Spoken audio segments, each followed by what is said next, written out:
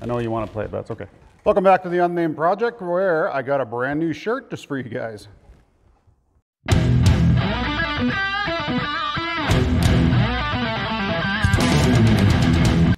Thanks for tuning in again, guys. Obviously, I'm joking, right? But I did get a brand new shirt.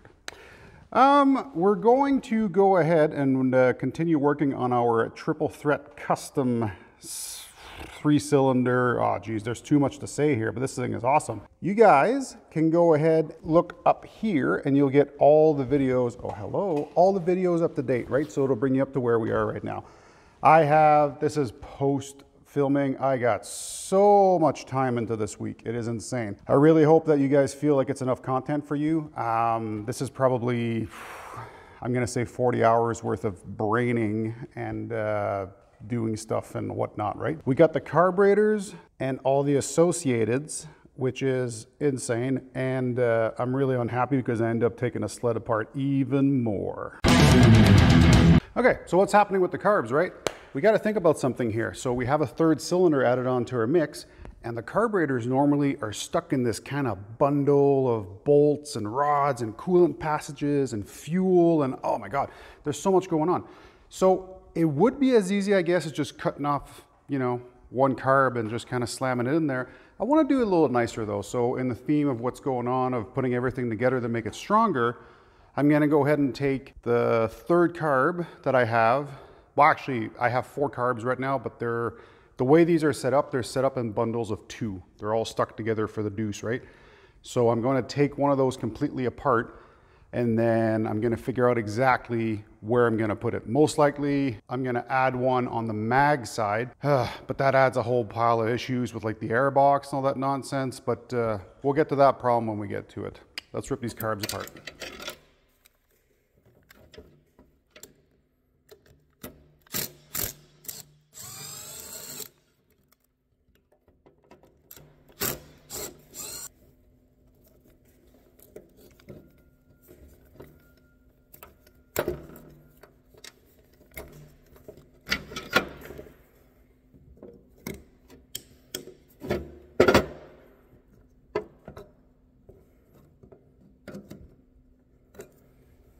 That's kind of what they look like when they're separated there. So the choke rod, there we go. The way it's held in place, there's a little screw on the end here that holds the actuator, if you will, for the choke there. When you remove that screw, this piece can slide right out. There's a fuel line in the middle. There'll be 2 Allen bolts, the really long ones that come on the end here. And they're connected in, or they're connecting through this spacer here. The way they share their throttle is this little screw here will tap into this little tab right there. So they open up at the same time via the throttle, the throttle basically. So yeah, a couple considerations. I have a TPS I got to watch out for, and the coolant passage. But besides that, I'll have a look and yeah, I'll get back to you. Well, break time again for this guy. Help me out. Hit the old subscribe button while you're there. So amongst the first things I decided to do was to remove the fittings for the coolant basically, right? So these ones are pressed on, whoops, on the other side, right there. They're pressed on here, and I took the one from the carb that I'm not using basically, or I'm planning not to use, I don't know yet. So I'm going to press this one back in on this side, and then I'll be able to connect these ones together. So that's my first kind of little mod, if you will, and then we'll see where we're at after that. All I did, I got a little screw in the end of the fitting. That's just to disperse the weight a little bit when I go to hammer back in. So I'm missing a hand, so I might just try to lean the camera somewhere and show you guys. Good buddy of mine suggested to use this stuff when you're dealing with trying to seal stuff. Thanks a lot, Randy.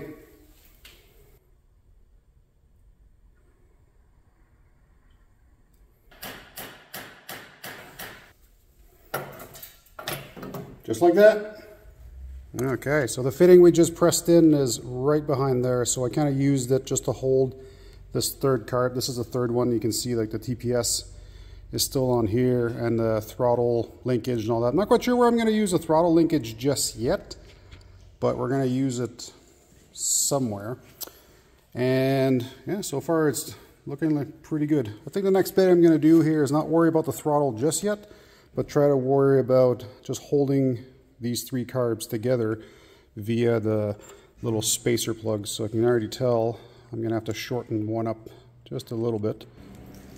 We're going to drill through the passage here because this part normally has a threads, so does this part, but they don't actually have a through hole. So I'm going to drill this one through, and then what I'm going to try to do is simply use the bolts I had, and I don't know if I can tap into here or if it's actually long enough to reach the existing threads, but oof, we'll see.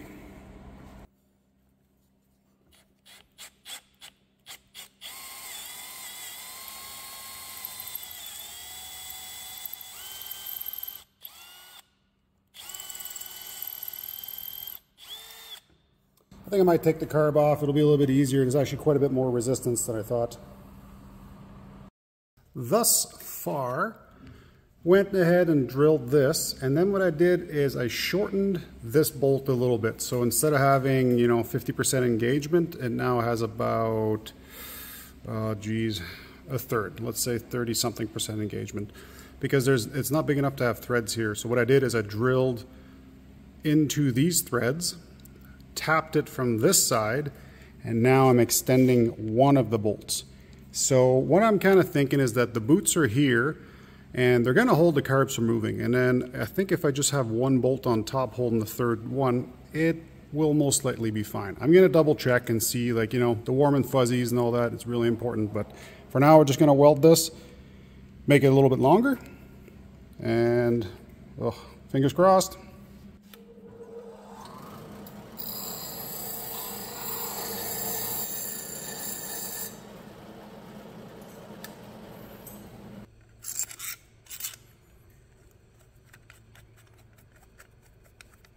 Okay, so after I finished this one here, you know what? It was a little too flimsy for me, so I ended up putting the second one.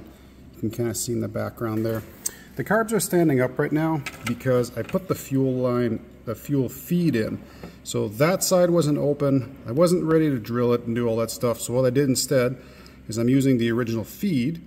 The line here is plugged on the other end, and then the reason there's tape on there right now is this is in position, and then I have epoxy in there right now.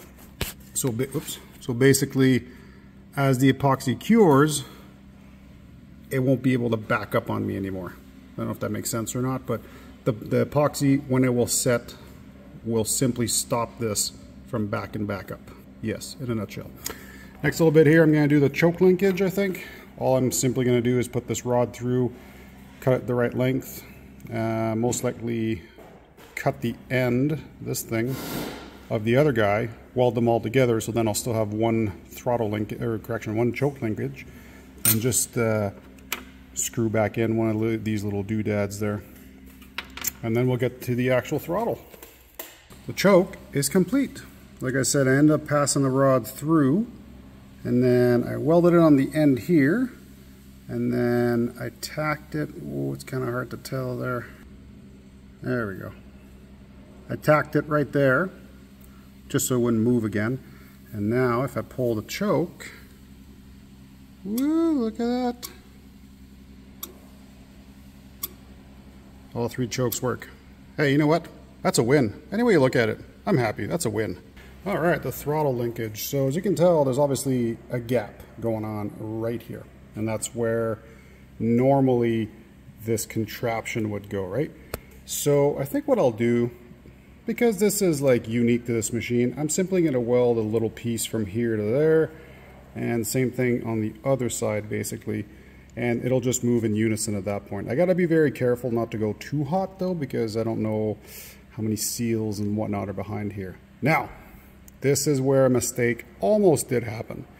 So I was going to do it, and then afterwards I decided to do something. I don't know if you see the bolts that are in there. So the idle is set on this guy, not on this guy. So this one was partially open, this one was all the way closed. So what I end up doing is I put 2 bolts in them so they're open the same amount now. And yeah, now at least everything will be good to go. You got to keep in mind, I can't adjust this afterwards. I mean, I could but it'll be a pain, right? So I'd rather just do this for right now, well, forever really, and then deal with the consequences afterwards if I have an issue. Would you look at that? So I'll end up doing, like I said, was simply, oh, come on.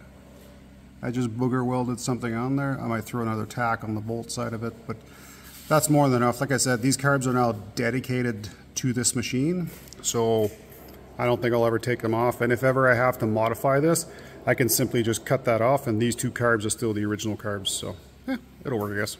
Oh, I'm gonna go on a little rant here for the guys that made it this far. Oh, you guys have been asking for triple pipes. Oh my God. So many comments about triple pipes. I am willing. I will do it.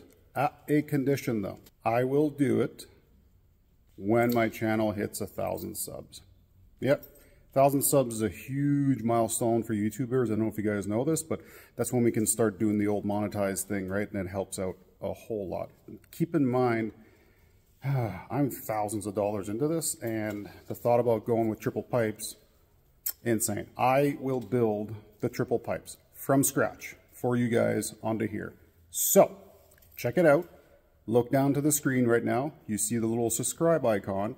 If you're not subscribed, it's free. Just go ahead and hit it. It helps me tremendously. And I will make you guys triple pipes for this rig. I can't believe I just said that. All right, let's get back to work here. Trust me when I say that last carb doesn't have a whole lot of room. So what we're gonna do here is an old school trick. That might not be old school, but take some ABS. Yep, yeah, the plumbing stuff. So this fits dangerously close, okay? So we're gonna heat it up a little bit, and then we're going to make it fit. And then I have a feeling that the back here is gonna have to get pushed in a little bit. But hey, first things first, this guy.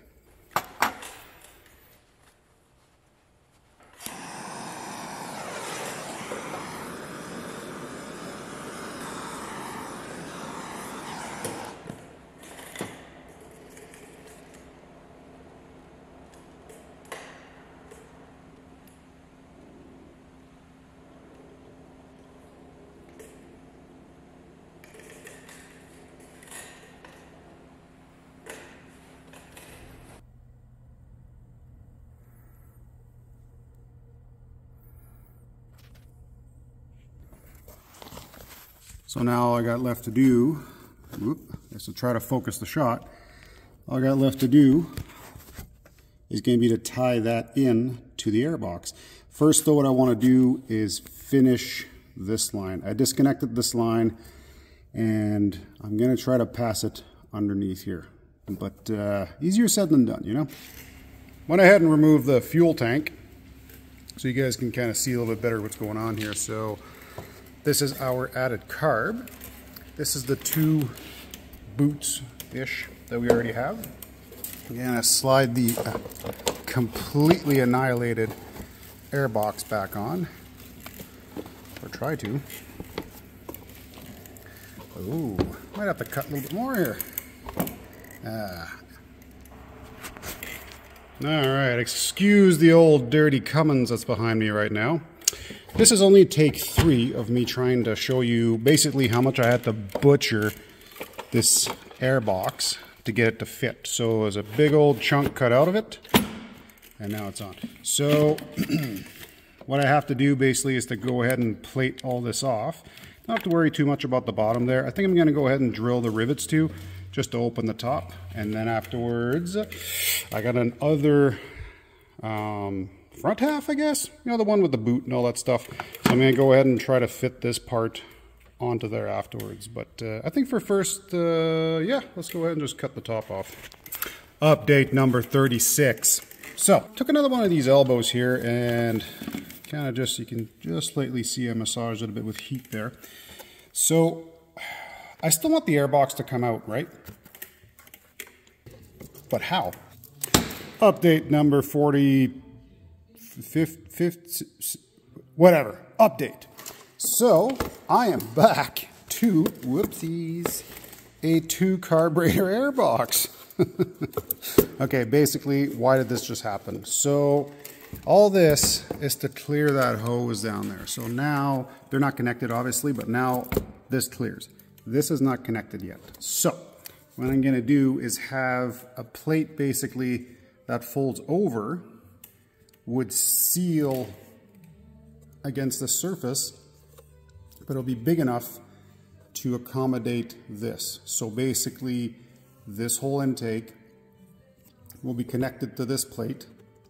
That plate will have a sticky side kind of foam pad, if you will, and when the airbox gets clipped in, it'll seal up against it. It'll make sense, and for you guys, it'll make sense in a few minutes. For me, I've been at this for the last 5 hours from the last update. So, update number, I think we're up to 90 something here. So, yes, I have this. Now I'm using templating cardboard. It is actually a thing to make myself a template of the plate that I want to put at the end here. So, this plate, via this little lip that I left in there, is going to rivet itself to, well, yeah, it's going to rivet itself. It's riveting. No, I'm going to rivet it to this piece of plastic at the right angle. And then afterwards, I'm going to drill through that plate to allow this pipe to go in and seal. And then on the back side of my piece of aluminum, we're going to put a little bit of self-adhesive, like that little foam stuff that you find around doors and whatnot. So it'll just give us a little bit more of a seal around here, although it's not quite necessary. And also on the bright side, for the people who didn't know, I found my beanie again. I had lost this thing. You know, that's the creative juices. That's what keeps it all in, so I could put it into my hands and get stuff going. There, it's probably making a little bit more sense now. So this part is attached to the part that will usually be on the carbs, because you got to think the box normally will slide off, right? So we're going to have a little tiny bit of foam here just to seal. Now I got to connect this to this plate here and then trim whatever I need to trim basically on the box, because I know this rivet, for example, is in the way. So, yes. So, turns out we are looking at something like that. So that's going to be basically kind of the shape I'm going with. So this one here heated a little weird. I'm just going to straighten it back out. We'll start getting on the trimming, fitting, sealing, all the good stuff. You know, the easy stuff. Ugh. I might just put a couple screws in here so they stick out and they have something to bite. And then the same thing in the aluminum. And then try to make a lap joint with JB Weld. JB Weld is pretty strong stuff. I think it should be okay. And then on the inside, I'll just finish trimming all that up when the time comes. This is the same ID as the opening of the carb, so I'm not too worried about it. And of course, you guys missed it because the camera wasn't running. The glue fell in the most easiest of spots to clean. Am I right or am I right? There, I'd say it turned out not too bad once I clean everything up, obviously. But basically all I did is use this kind of self-adhesive foam stuff. You match it, you cut the angle so that it somewhat kind of fits. There is still some air there, but I mean, it's really not the end of the world, honestly. As long as most of it will go in through the right place there. So we're going to clean all that up, shut the box back up. I'm going to seal the holes down there with, come on, there we go. Going to seal the hole down there with some polyurethane, the windshield stuff anyways. And at the same time, I'm going to put a few dabs to try to seal up the top cover. What are you doing?